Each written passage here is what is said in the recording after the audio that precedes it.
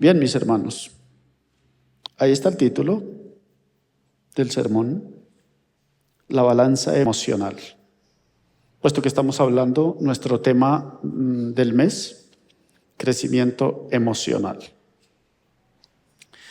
Yo quisiera que viéramos un pequeño videíto y que observáramos bien lo que ahí pasa.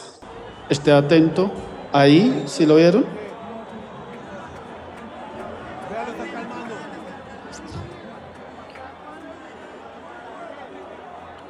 Ahí vieron qué fue lo que pasó, ¿verdad? La reacción poribunda de un jugador llamado Leonardo Castro porque lo cambiaron, porque hicieron un cambio, es decir, lo sustituyeron. Que el técnico tiene la potestad de hacer las sustituciones que él considere pertinentes para un partido, ¿verdad? ¿A Edwin le gusta el fútbol? ¿Y de qué equipo es? ¿Del América? Bueno, ese es mi segundo. Ese está en el segundo escalón. Para mí, el primero es azul. Entonces ahí viene la reacción de este jugador. Es un jugador profesional, no es un jugador nuevo, lleva muchos años jugando. Pero una reacción como estas, de patear sillas o de patear el lugar donde están porque hacen un cambio, sencillamente es una explosión de ira, de malestar, de mal genio porque lo cambiaron. Es decir, puede haber tantas reacciones en el ser humano. Y yo pregunto, ¿ha tenido usted alguna vez alguna reacción así o no? ¿O eso solamente le pasa a los jugadores? Porque no es solamente aquí en el fútbol, en el rentado colombiano. Eso también ha pasado en Europa. Eso también ha pasado en Europa, que hacen un cambio y los jugadores de la ira, de la rabia, patean lo que encuentran, se vuelven incontrolables. Y sí se dieron cuenta que otro compañero trató de controlarlo, de calmarlo y no sé, estaba incontrolable. Pero ¿cuántas veces nosotros mismos nos hemos encontrado en esas situaciones? Les voy a contar una chiquitica que yo viví. Esa es pequeñita. Yo era apenas un adolescente. Yo la verdad no recuerdo exactamente cuántos años tenía yo, pero de lo que yo logro recordar, más o menos tendría unos 12 años aproximadamente. Más o menos. Entonces, nosotros, cuando digo nosotros en mi familia, con mi hermano, que algunos de ustedes conocen a mi hermano, comenzamos a trabajar desde pequeñitos. Desde los 6 años ya estábamos trabajando y estudiando. Trabajábamos medio tiempo y estudiábamos en la mañana y trabajábamos en la tarde. En fin, no, estudiábamos la nocturna y trabajábamos de día. Entonces, yo era muy pequeño, recuerdo eso, y llegué de trabajar porque iba a almorzar para irme a estudiar. Entonces, mi mamá, las madres siempre con el cariño y con todo lo necesario para atenderlo a uno porque es su hijo, y me sirve sendo plato de habichuelas. Aquí me avergüenzo de lo que hice. Pero yo cogí ese plato y boté las habichuelas. Y le dije, a mí no me sirva ese pasto. Así le dije. Que fue una actitud grosera, altiva, irrespetuosa de parte mía. Yo recuerdo eso porque después pensaba yo y dije, ¿por qué hice eso? Pero fue un momento de altivez, un momento de orgullo, un momento de prepotencia, un momento de ira, siendo apenas un muchachito de 12 años. Pero es que eso nos pasa a todos en un momento dado. Desde luego, yo me arrepentí de eso que hice y pues nunca más volvió a suceder eso. En mi casa, pues por lo menos conmigo nunca más volvió a suceder porque después me di cuenta que eso había sido una actitud grosera, una actitud de irrespeto con mi mamá, una actitud realmente salida de tono. Nunca más volvió a pasar eso con mi mamá. Entonces, para compensar, un día dije, no toca llevarle mariachis para el Día de la Madre. Pero ¿cuántas veces usted se ha visto en unas situaciones así? Bueno, todo eso cambió en mí. Además que yo, pues en ese momento no conocía el Evangelio, después conocí el Evangelio y mucho más, hubo cambios en mi vida, cambios trascendentales. Pero eso que me pasó a mí, eso que le pasa a Leo Castro y eso que no le pasa a ninguno de ustedes, es lo que suele suceder a los mortales. Porque todos en algún momento nos hemos visto, así no sea que botó la comida, así no sea que esta actitud, pero en otras actitudes mostramos esa soberbia, esa ira, esa mala gana. Porque somos seres humanos, estamos sujetos a esas emociones. Todos como seres humanos estamos sujetos a esas emociones. Entonces usted va a encontrar que usted va a experimentar emociones de odio en algún momento o emociones de amor. Usted va a encontrar que de repente usted se va a descubrir que es conflictivo o conflictiva, pero que también en algún momento es pacificador y la paz reina en su corazón. Usted va a encontrar que en algún momento o es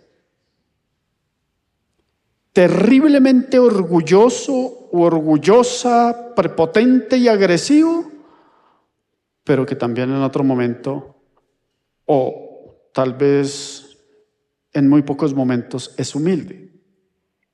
Pero todas esas son realidades que nosotros vivimos como seres humanos en nuestra cotidianidad, en el trabajo, en casa, en las relaciones familiares, en las relaciones con la pareja, en las relaciones con nuestros hijos, en todo.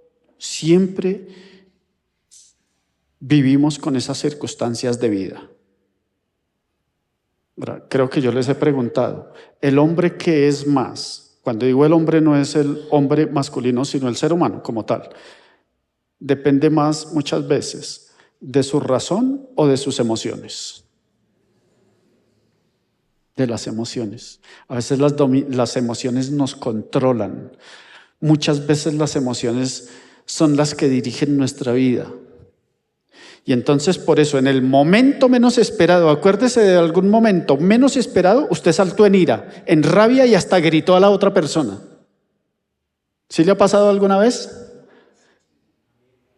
Porque uno no sabe cuándo. Miren, estas emociones, este tipo de emociones agresivas, de ira, de odio, de resentimiento, eso que genera gritería y todo eso, más o menos se parecen a una fiera que duerme allá enjaulada en el corazón. Y ahí está, aparentemente tranquilo. Pero en el momento que menos usted espera y en el momento que menos usted piensa, salta la fiera y ataca a la fiera y araña a la fiera y lanza sus garras o lanza el mordisco y nosotros decimos, ¿pero qué pasó aquí? Porque todos somos susceptibles de esas realidades en nuestro corazón. Pero a mí me gustaría que siguiéramos las pisadas de un personaje bíblico que es muy importante para todos nosotros, a ver cómo se comportó él. Y les voy a proponer que pensemos por un momento en ese personaje bíblico tan importante que es Jesús de Nazaret. A ver cómo reaccionó él. Bueno, vamos a recordar algunos episodios de la vida del Señor. Primero, el Señor fue un hombre profundamente compasivo. ¿Sí recuerdan que él fue compasivo o no? Dice, y saliendo, veía a las multitudes y tuvo compasión de ellos porque eran como ovejas dispersas en los montes que no tienen pastor. expuestas a ser destruidas, expuestas a ser atacadas, y veía a la población como ovejas sin pastor y dice, se conmovió y tuvo una profunda compasión. ¿Cómo se imaginan a Jesús viendo a las multitudes perdidas, errantes, erráticas, y el Señor conmovido en su corazón? Porque la compasión lo mueve a Él en ese momento. Pero acordémonos de otro detalle. Un día el Señor iba por el camino y de repente se ve rodeado de niños. Y los niños, ahora estábamos con mi esposa, estábamos viendo a las dos niñas que estaban aquí, la hija de Julio y la hija de Jason. Estaban ahí felices, ahí ¿cómo se llama eso? ¿Cómo? ¿Chekel? Shaker, bueno, eso. En Chipcha, Maracá. Esas. Y ahí estaban felices y estaban contentas, y la hija de Jason trataba de darle un momento de instrucciones a la hija de Julio, así, un momento, así, estaban ahí en un momento bien bonito y tocaban y estaban felices y se movían. Pues es que esos son los niños, la alegría, la felicidad, la espontaneidad, la ingenuidad, la belleza, la ternura. Y de repente llegan los discípulos y dicen, ¿y este desorden qué es? Y comienzan a apartar los niños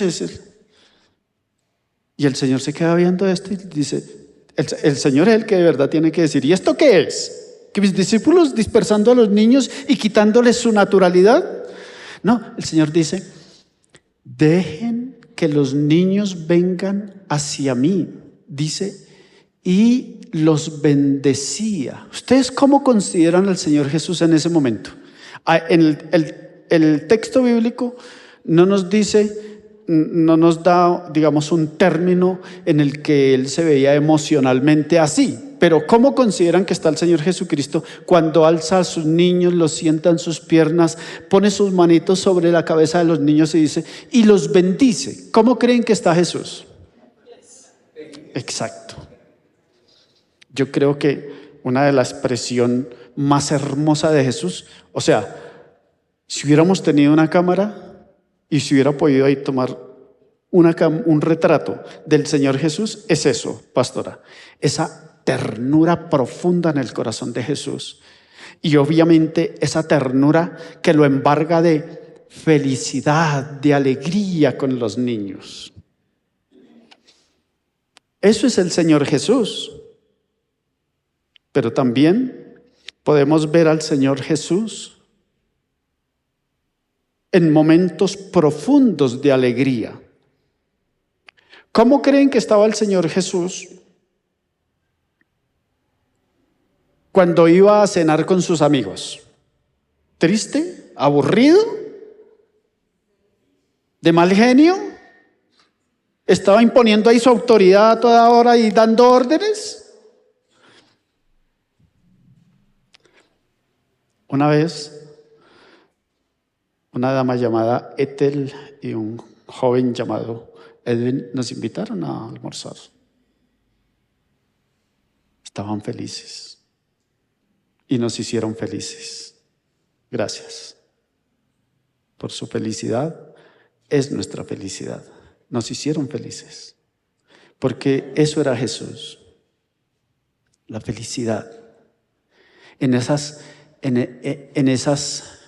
comilonas que hacía con sus discípulos, porque el Señor, ¿se acuerdan que el mismo Señor dice, por un lado critican a Juan el Bautista porque la pasa por allá en el desierto y come que langostas, y aquí yo soy un comedor y bebedor de vino y también me critican, entonces ¿qué vamos a hacer?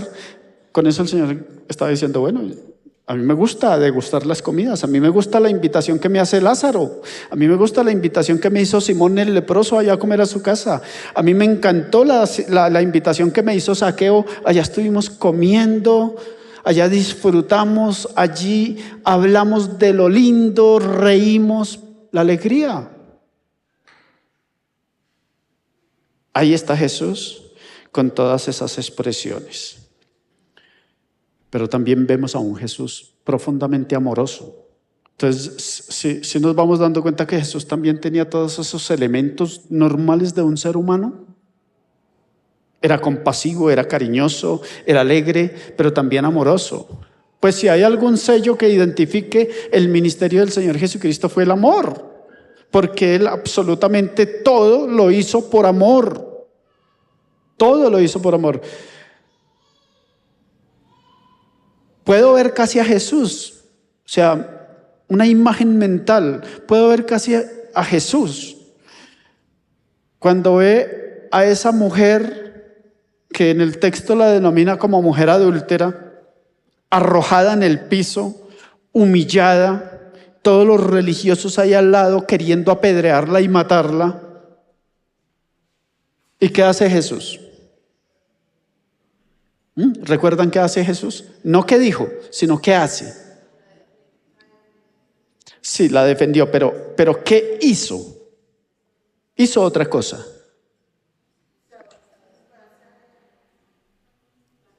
Noten lo interesantísimo de lo que hace Jesús. Esto, se inclinó y comenzó a escribir sobre la tierra, pero ahí estaba la mujer.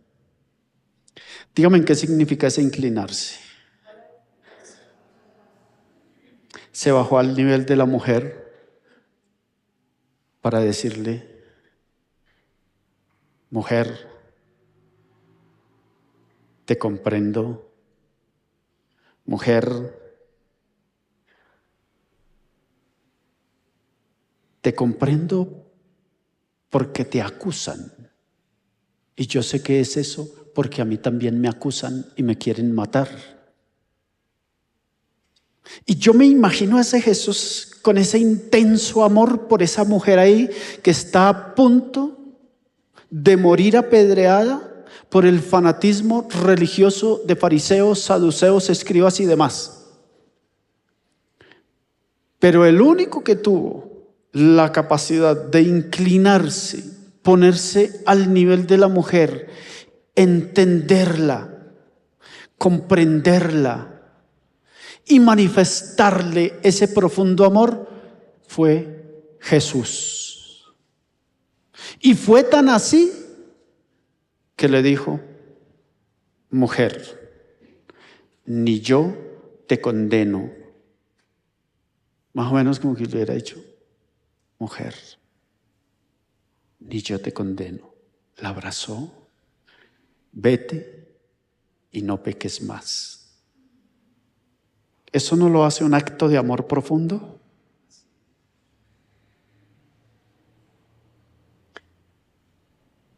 ¿La ley decía que había que apedrearlas? Sí. Sí, la ley decía que había que apedrearlas. Pero en Jesucristo encontramos a alguien más que la ley. Y en Jesucristo encontramos el amor de Dios que supera la ley. Encontramos el amor que supera la letra. Encontramos el verdadero espíritu por el cual Dios dio una ley.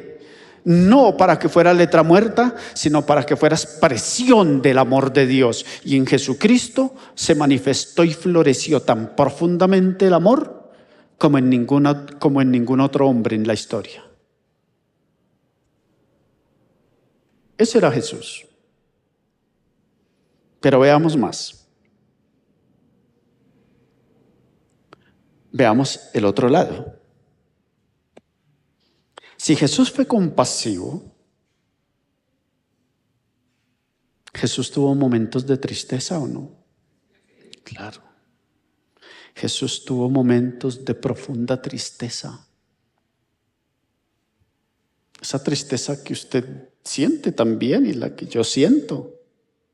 Un día le llevaron la noticia: mi Señor, ven pronto a casa porque mi hermano está gravemente a punto de morir. Y el Señor dejó que pasaran 2, 3 días. El asunto es que cuando llegó, Lázaro ya había muerto. Y le salen al encuentro al Señor Jesús y le dicen: Señor, ya no es necesario que vayas, ya murió. Pero el Señor siguió su camino, siguió su camino. Y cuando se encontró con las hermanas de Lázaro, ¿quiénes eran las hermanas de Lázaro? Marta y María, las MM. Y ahí se las encuentra. ¿Cómo creen que van a encontrar a estas mujeres? Llorando, quebrantadas, en un profundo sentimiento de dolor. Y Jesús se quedó mirándolas y vio su dolor. Y dice: y el Señor fue conmovido en su espíritu. ¿Y qué pasó en ese momento? El texto, uno de los textos más cortos de la Biblia, ¿qué dice? Y estuvo tan conmovido y tan triste, acompañando la tristeza de estas dos mujeres, que fue tanta su tristeza y su conmoción interna que Jesús lloró. Es este el Señor. Pero otro día llegó a Jerusalén. Y estando en Jerusalén, como él siempre, casi que anualmente, iba al templo a Jerusalén a celebrar las fiestas allá. Israel era un país de muchas fiestas, de muchas celebraciones. Celebraban la fiesta del Hanukkah, la fiesta de las tiendas, la fiesta de la Pascua, y celebraban muchas fiestas. Y un día llegó y entró al templo. Y cuando se queda viendo, más o menos entra al templo y se queda viendo el panorama.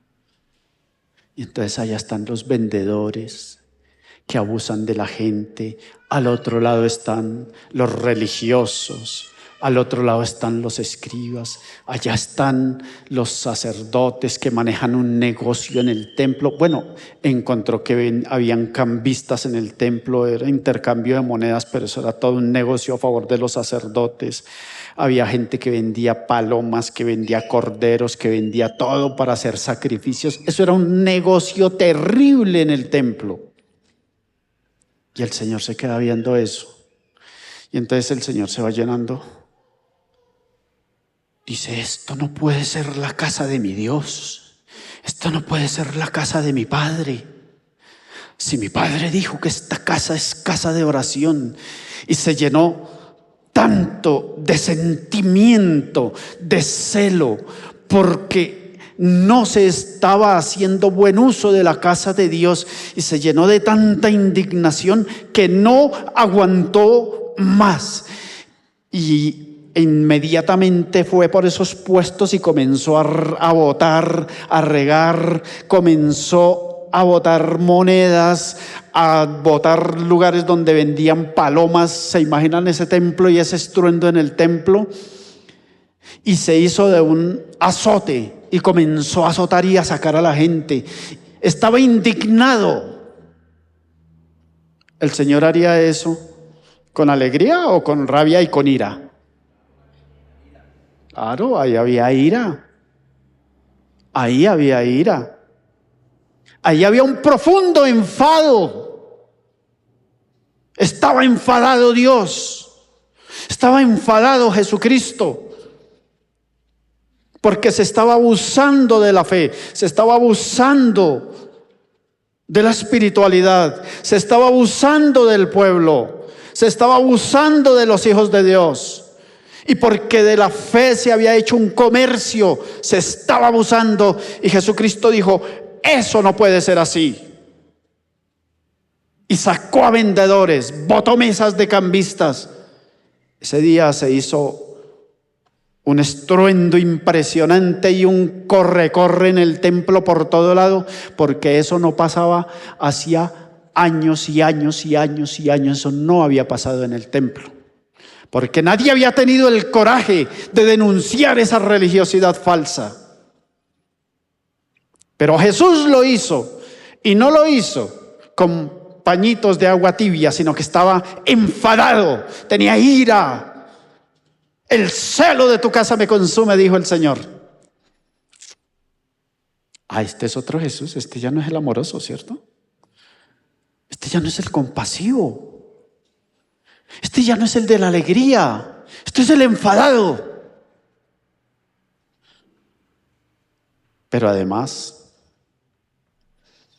en otra oportunidad, acercándose los días de su muerte, y ahí alrededor de la última cena, el Señor expresa estas palabras. Noten lo que el Señor dijo. Angustiada está mi alma hasta la muerte. ¿Jesús se angustia? ¿Jesús se enfada? ¿A Jesús le dio ira? ¿A Jesús le dio tristeza? Sí, Él lo dijo. Angustiado estoy. Muy angustiado. Casi que me desplomo por dentro de la angustia que tengo. Ahora, ustedes sabrán si todas estas cosas también han sido experiencias de ustedes o no. Todos en un momento o en otro lado hemos vivido una u otra de estas experiencias.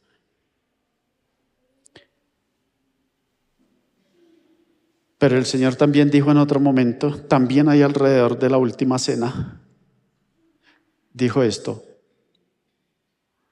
Noten esa expresión ahí. Dice, ¿cuánto he anhelado comer con vosotros esta cena? ¿Eso es una expresión de qué? De alegría, de gozo, un anhelo incontenible, de un deseo maravilloso. Pero noten lo que agrega inmediatamente. ¿Cuánto he deseado comer con vosotros esta cena? Punto. Antes que padezca. Y ese antes que padezca no es antes que sufra, antes que tenga un dolor, no. Ese término padecer es muy profundo. Ese término padecer es terriblemente profundo. Es un padecimiento que desgarra y destruye por dentro. Y así estaba el Señor. Esas fueron las experiencias de Jesús.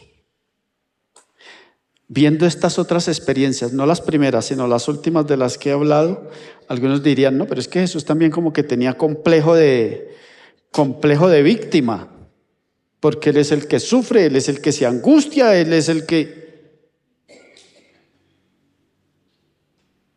Algunos tildarían a Jesús de un hombre profundamente melancólico, si nos quedamos con estas últimas expresiones.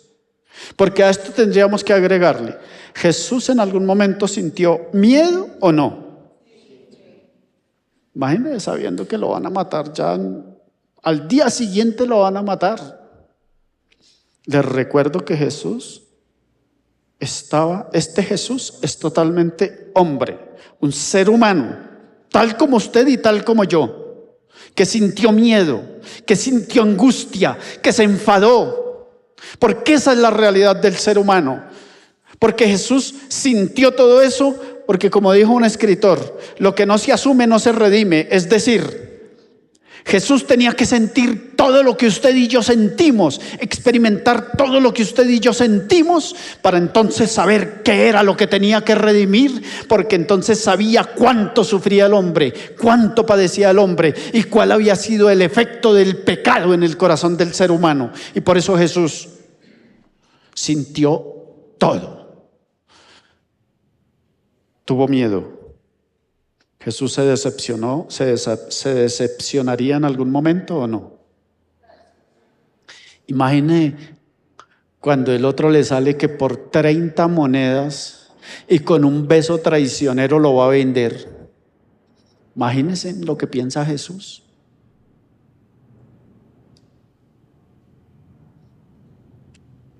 Quedó como símbolo de la tradición, que cuando alguien por ahí socialmente dice, no, ese es un Judas, lo vendió. Pero imaginen con el otro que era más cercano y que era como más íntimo, el Pedro. Y dijeron, tú eres de ellos. No, no, no, yo no conozco a ese hombre, yo nunca he visto a ese hombre. Y por allá a las 2 horas, otro se quedó mirándolo y dijo, pero es que tú eres Galileo y tú estabas con él. No, no, no, no, no, yo no tengo nada que ver con ese hombre, ni siquiera lo conozco. Y póngale, 4 o 5 de la mañana cantó el gallo, ya lo había negado 3 veces.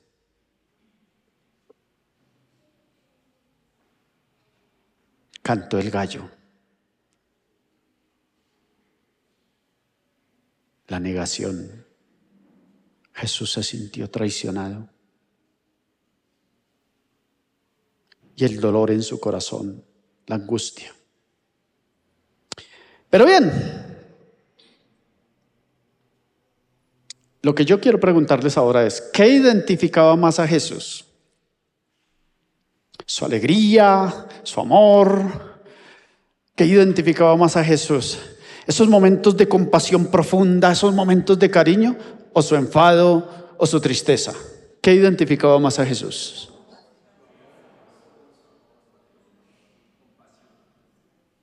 Lo que identificaba a Jesús era su compasión, su amor, su alegría. Esos otros fueron episodios, pero eso no era lo que dominaba el corazón de Jesús. Es decir, lo que quiero decirles con todo esto es que no son las emociones negativas las que identifican a Jesús a la luz de los evangelios. Son las emociones positivas las que identifican a Jesús. Porque ¿quién no identifica a Jesús como el Salvador? ¿Quién no identifica a Jesús como el amoroso? ¿Quién no identifica a Jesús como el compasivo y bondadoso y misericordioso? ¿Quién no identifica a Jesús como el que sabe acompañar al ser humano? ¿Quién no sabe identificar a Jesús como el humilde que tiene la capacidad de ser humilde aún en los momentos más difíciles? Pues bien, Jesucristo no fue un trastornado mental como para que estuviera actuando en esas 2 posiciones o un bipolar. Jesucristo fue profundamente equilibrado porque supo darle manejo a esas emociones, porque sin duda alguna tuvo todas esas emociones, pero Él las manejó de una manera tan equilibrada, de una manera tan adecuada, que no dejó que las emociones negativas pesaran más en su vida que las positivas de amor, de compasión, de misericordia, de humildad. Y entonces, ahí tenemos la experiencia de Jesús. Y lo que yo quiero preguntarles a ustedes, mis queridos hermanos, es, si usted se ha identificado con esas experiencias de Jesús, ¿qué lo identifica a usted más? ¿Las emociones positivas o las emociones negativas? ¿Cómo lo identifican sus amigos? ¿Cómo lo identifica su familia? ¿Qué dicen de usted en su forma de comportarse, en su forma de actuar? ¿Lo identifican más como la mujer iracunda? ¿La mujer que está peleando a toda hora? ¿O el hombre que es un hombre obsceno, vulgar, gritón, autoritario? ¿Cómo lo identifican más? ¿El hombre que se está irando por todo? Que como decimos, es que se le salta la piedra por nada. ¿Cómo lo identifican más? Pues por ahí va el agua al molino, muchachos. ¿Por dónde lo identifican más? Es eso que está controlando su vida. Pero yo quisiera que viéramos un pasaje bíblico en la primera carta del apóstol Pablo a Timoteo. Noten lo que dice Primera de Timoteo 4:16. Ten cuidado de ti mismo. Punto, ahí, no más. No quiero seguir con el verso. Me quiero quedar en la primera frase. Ten cuidado de ti mismo. ¿Quién es Timoteo? Timoteo es una persona que no tiene la experiencia en el ministerio. Timoteo es una persona joven. Ahora, no vamos a pensar que es que cuando decimos que es que Timoteo era un joven pastor, no vamos a pensar que es que era un joven de 18 años. No, tampoco. Probablemente ahí Timoteo ya tenía 30, 35 años, probablemente. No era pues tampoco un muchachito de 17, 18 años. Pero a comparación del apóstol San Pablo, Timoteo era un hombre que no tenía experiencia a comparación del apóstol San Pablo. Porque estaba conociendo qué es eso del ministerio y cómo debe comportarse un hombre frente a la iglesia y frente a un ministerio. Pero también en la vida, cómo debe comportarse un ser humano en la vida. Y entonces el apóstol San Pablo le escribe y le dice: mire, Timoteo, te aconsejo que tengas mucho cuidado de ti mismo. Y a esto voy, a que nosotros como creyentes, a que nosotros como hijos de Dios, a que usted como esposo, como esposa, como hijo, debe tener cuidado de usted mismo. Porque es que algunas veces nosotros no le ponemos cuidado a cosas tan sencillas y prácticas como estas que dice la Biblia. A nosotros nos parece que es que todos esos son asuntos doctrinales como para extraterrestres o para eso que llaman por ahí teólogos, que son como unos personajes raros en la vida. Pero ¿qué misterio tiene esto? De decir, ten cuidado de ti mismo. Lo que Pablo está diciendo a Timoteo es lo que nos dice a nosotros. Ten cuidado de ti mismo. Ten cuidado de tus emociones. Ten cuidado de tus conductas. Ten cuidado de las pasiones que mueven tu corazón. Las emociones es lo mismo que pasiones. Cuando hablamos de pasiones, por favor no me asocien ese término con pasiones sexuales o desordenadas, no. Pasión como tal es un término que involucra todas las emociones del ser humano. Eso técnicamente se llama el patos, en griego, patos, de donde deriva pasión. Por eso se dice la pasión de Cristo. ¿Por qué se dice la pasión de Cristo? Porque sufrió allá en su corazón, porque se le desgarró su alma. Y todos tenemos patos, pasiones, emociones.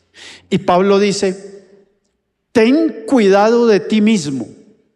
¿Qué emociones están primando en su vida? Es lo que Pablo está diciendo.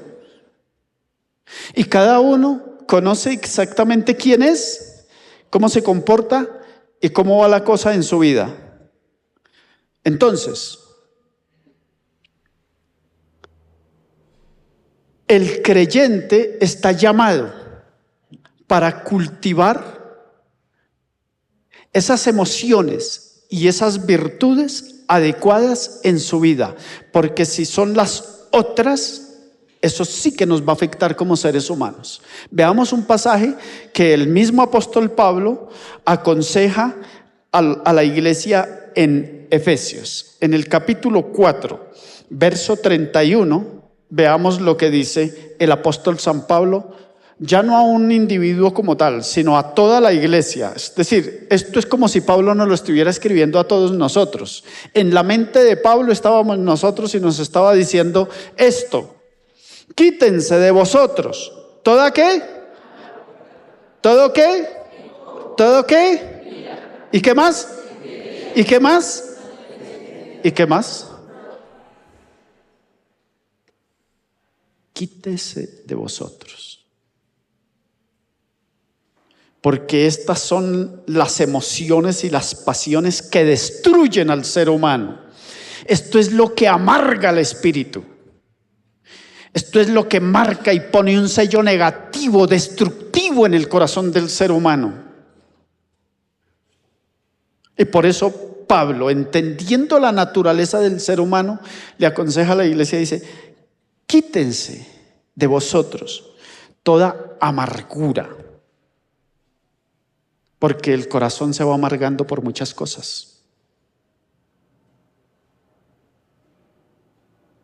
A ver, con toda franqueza, ¿alguna vez usted ha sentido amargura en su corazón o no han sentido amargura en su corazón? ¿Cierto? Ay, uno se siente. Y uno no sabe cómo le llega a eso. Lo que pasa es que eso se va alimentando, ahí se va alimentando, y de repente uno resulta estando amargado con alguien y uno dice: pero ¿cuándo? ¿Cómo? Pero ya está amargado que no, el otro que ni lo quiere ver. Enojo, ira, todos estos son detalles que el apóstol dice: todo eso va a perjudicar la vida del creyente, y esto no es la naturaleza que corresponde al ser humano que ha sido redimido por Cristo. ¿Sí notan? Por lo que Pablo está llamando entonces, ¿a qué? A que cada uno debe tener cuidado de sí mismo y debe pensar en usted. Usted debe ponerse a pensar, sentarse un día, saque un rato y piense: bueno, ¿cómo son mis comportamientos? ¿Cómo son mis actitudes? ¿Cómo es el manejo de mis emociones? ¿Es que lo que me dice mi papá o mi mamá es cierto o no? Porque algunas veces los hijos dicen: es que mi papá no es un viejo cansón, pero no se dan cuenta que le están diciendo de verdad: hijo, cambie esta actitud porque esto le está haciendo daño, porque esto lo afecta a usted, pero afecta a todos los que están con usted. Entonces, ¿cuántos quisieran y estuvieran dispuestos a tener cuidado de sí mismos? A ver, levántenme la manito los que de verdad quieren, pero les toca ponerse a pensar en ustedes entonces. Les toca que se sienten y como que abran la libreta y comiencen a escribir: esta actitud, ¿es buena o no es buena? Esta actitud con mis padres, esta actitud con mi esposa, esta actitud con mi esposo, esta actitud con mi jefe, ir apuntando y decir: hay que evaluar. Porque solamente el que tiene cuidado de sí mismo vence. Por favor, la siguiente frase: ten cuidado de ti mismo y vencerás. Si no tienes cuidado de ti mismo, ahí se va a quedar enredado en amarguras, en resentimientos, en iras, en maledicencias, en malicia, en todo lo que nos dijo Pablo en el verso anterior. ¿Quieres ser mejor como hijo de Dios? ¿Quiere manejar adecuadamente las emociones? Ten cuidado de ti mismo. Hay que pensarlo y hay que actuar. Pero bueno, vayamos un poquito adelante porque el tiempo pasa demasiado rápido. La vida del creyente. Sigamos pensando en la vida de nosotros. Y para esto vamos a pensar en Gálatas capítulo 5. Vamos a ir a Gálatas capítulo 5. ¿Y qué imagen tenemos ahí? La balanza, ¿cierto? Muy interesante. Bueno, yo quiero leerles antes de este texto, quiero leerles lo que Pablo dice, no sobre el fruto del Espíritu, sino sobre el fruto de la carne. Pero antes de ir al texto, ¿eso así está bien? Antes de ir al texto, yo quiero que pensemos en lo siguiente. En la comunidad del sur de los Estados Unidos hay una comunidad de indígenas o de indios que se llaman los indios navajos. Todavía hay grupos de indígenas en Estados Unidos. O sea, eso no ha desaparecido, solamente que antes eran más notorios. Entonces, esa comunidad de indios, una tribu, es gente que a veces le gusta ir a visitarla porque es novedoso ir a ver cómo viven una tribu de indígenas que viene desde antes de que llegara Colón a estas tierras. Viven allá. Entonces se fueron a visitarlos un grupo de blancos y quisieron saber cómo vivían, qué comían, cómo eran sus costumbres, cómo eran sus tradiciones. Ustedes saben que ellos viven más o menos así en carpas. Ellos son los indígenas que todavía vivían en carpas y ese es su estilo de vida. Tienen sus caballos, van de cacería, bueno. Entonces, en toda esa exploración que estaban haciendo unos hombres blancos, fueron invitados por el jefe de la tribu a que cenaran una noche ahí y obviamente era sentados casi que en el piso, en una carpa a la luz de las estrellas. Y entonces él comenzó a contarles sus tradiciones, sus costumbres, comenzó a contarles todo. Y entonces les dijo, el jefe de la tribu les dijo, les voy a contar lo que es el ser humano para nosotros. Y les dijo, en el ser humano, decía el jefe de la tribu, en el ser humano hay un águila y hay un lobo. Existe en el ser humano un águila y un lobo. El águila es signo de todo lo bueno que hace el hombre, del hombre pacífico, del hombre que se sabe controlar, del hombre que tiene compasión del prójimo, del hombre que sabe tener actos de amor, del hombre que sabe ser humilde. Cuando hablo de hombre no me estoy refiriendo a varón, no, estoy refiriendo a ser humano. Eso es el símbolo del águila. Pero en el hombre también convive un lobo.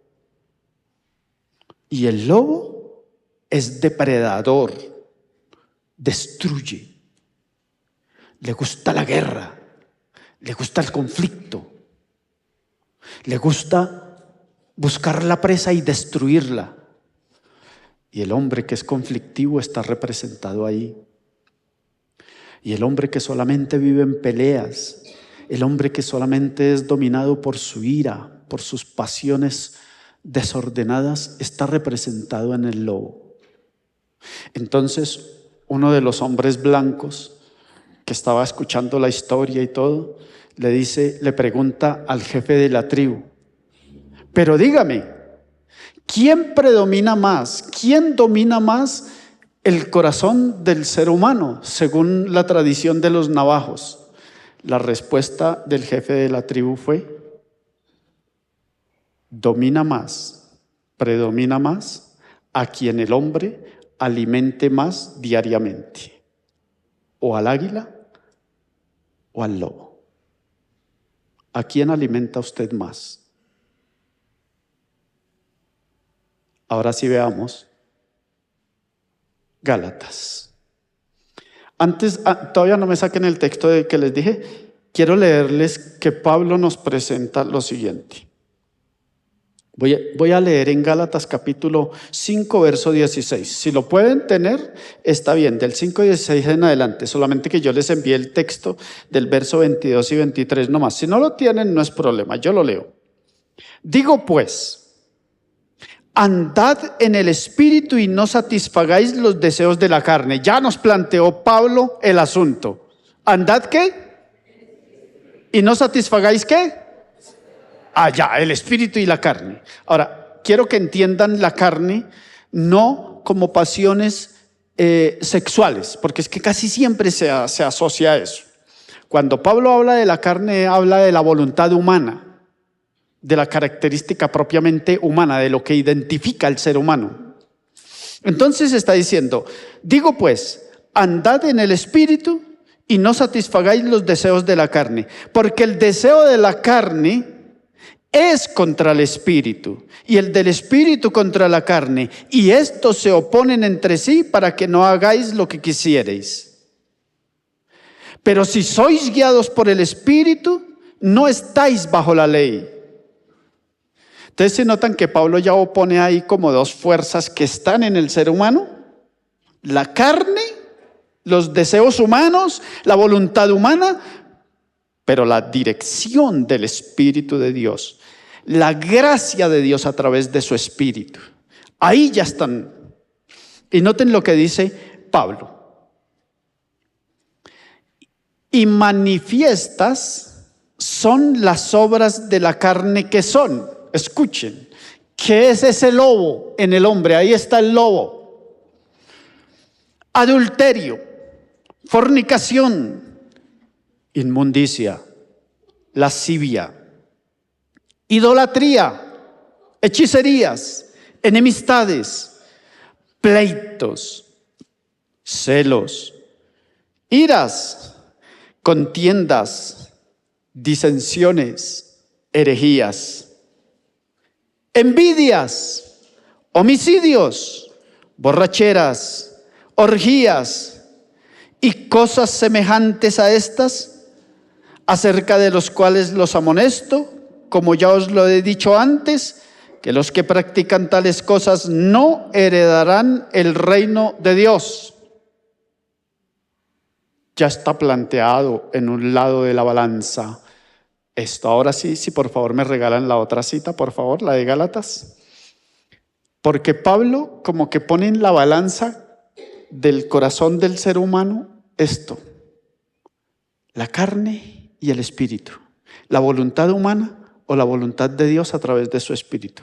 Y noten lo que agrega Pablo. Mas el fruto del espíritu es amor, gozo, paz, paciencia, benignidad, bondad, fe, mansedumbre, templanza, y contra tales cosas no hay ley. Ahí ya está la balanza. Esa balanza que está ahí es la balanza de su corazón. Le pregunto, ¿qué pesa más en la balanza de sus emociones? ¿La carne, la voluntad humana o la voluntad de Dios a través de su Santo Espíritu o el fruto del Espíritu? ¿Qué está pesando más?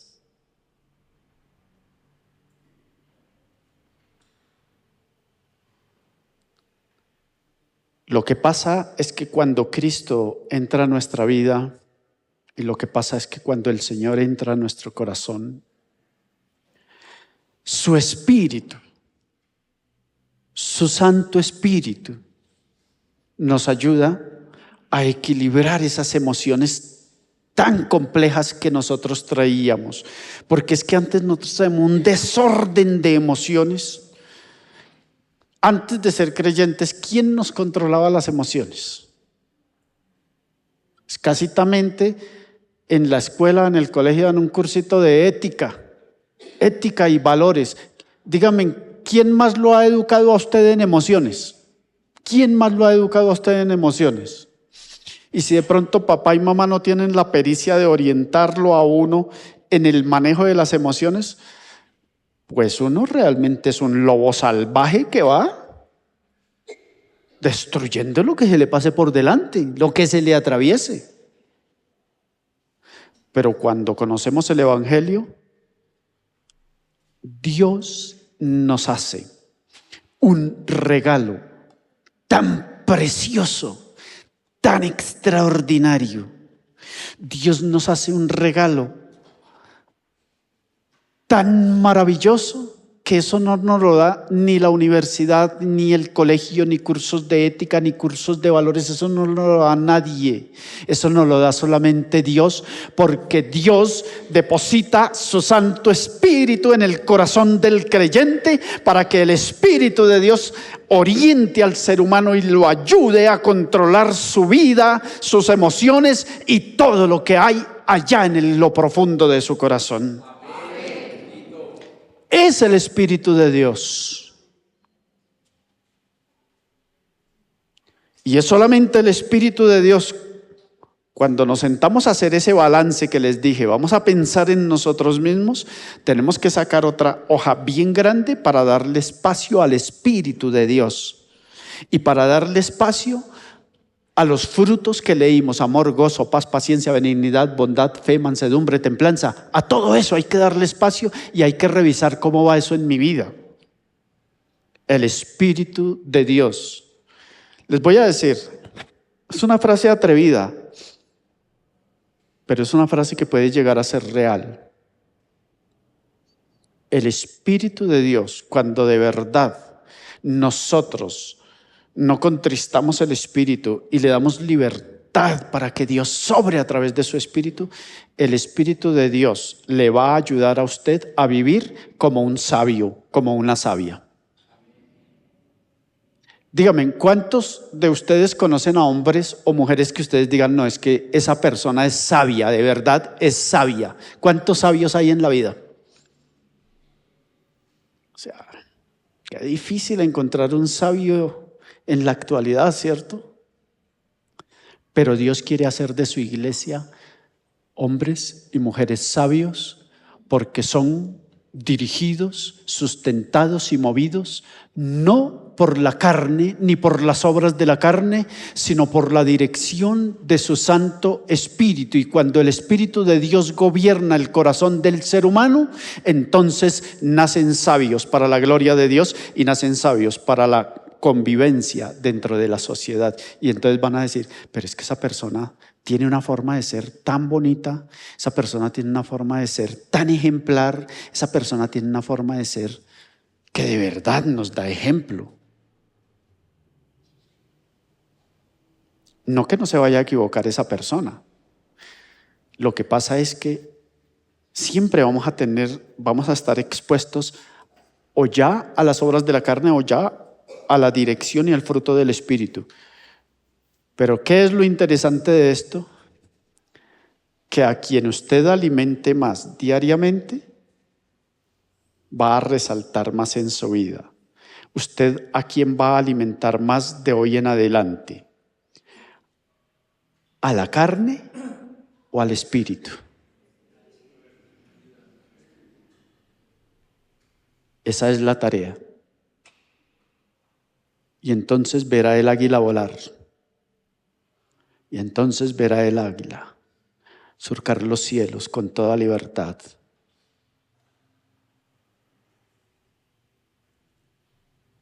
¿Quién pesa más en la balanza de tus emociones? Esa es la pregunta que se deben llevar hoy. ¿Quién está pesando más en la balanza de tus emociones? ¿A quién está alimentando más?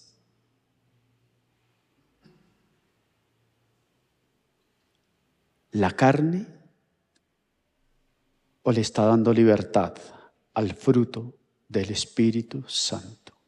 Cuando le demos lugar al Espíritu de Dios en nuestro corazón y seamos conscientes de ese tesoro incalculable que Dios ha dado a nuestra vida, entonces nuestra vida va a cambiar, porque el Espíritu de Dios va a gobernar nuestro corazón. Cierre sus ojitos, por favor.